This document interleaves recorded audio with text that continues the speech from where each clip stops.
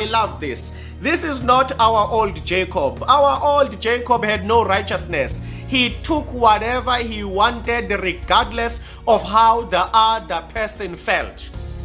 Now he says, I have a righteousness. Oh, what a power in the covenant of Jesus Christ. We now have an honesty and a righteousness to speak of. Praise be to God. We are no longer what we used to be. And as Paul would say, it is no longer I who lives, but Christ who lives in me. Paul would continue and say to us, whosoever is in Christ is a new creature. Paul says to us, it is no longer what the flesh desires, but what the spirit desires. I love this. Jacob now has integrity. Jacob has righteousness. Jacob has honesty. Jacob has changed.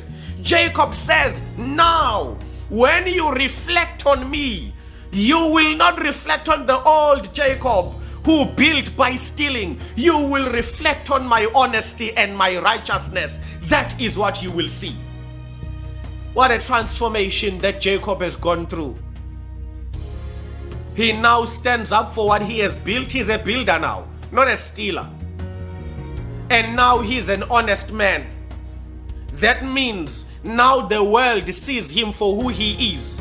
He no longer wears the skin of Esau and the smell of Esau. He says, no, no, no.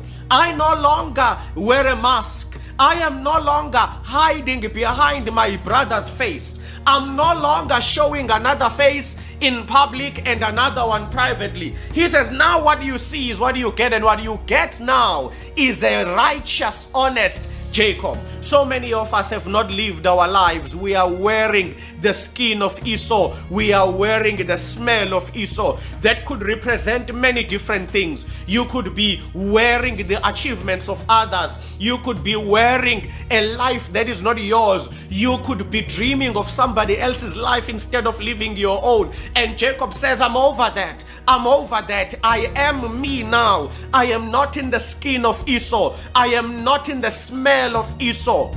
But you know what I actually find powerful?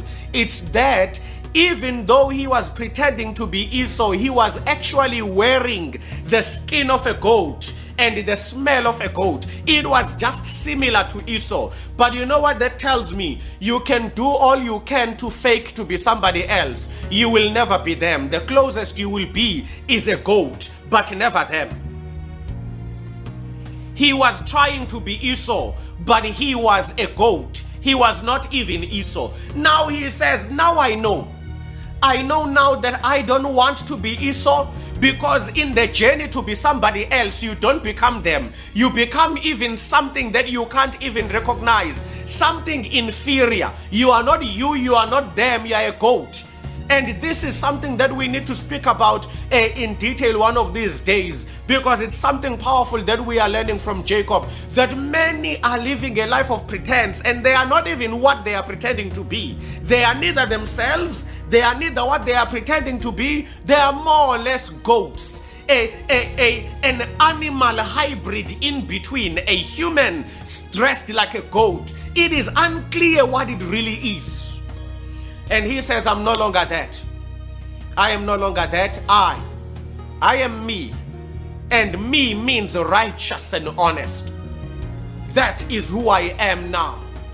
And I want to challenge you today that 3 things we are learning about transformation from Jacob today. Number 1, stand up for what you've made. Stand up for what you've built. Don't ask for favors. Demand equality, equity, respect. Demand what you deserve. Number 2, do not let people want to pity you from what you deserve. Walk among it and claim it. Number 3, transformation means being righteous and honest. No longer wearing the faces of others, no longer envying others, no longer pretending to be somebody you're not, but actually being yourself. For the first time, Jacob showed his face as himself, and he discovered that being Jacob is nicer because it comes with righteousness. It comes with honesty. In the journey of transformation, we must get to a point where we are not afraid for the world to see us. Because when the world looks at us, there will be nothing hidden. My name shall be righteous. My name shall be honesty.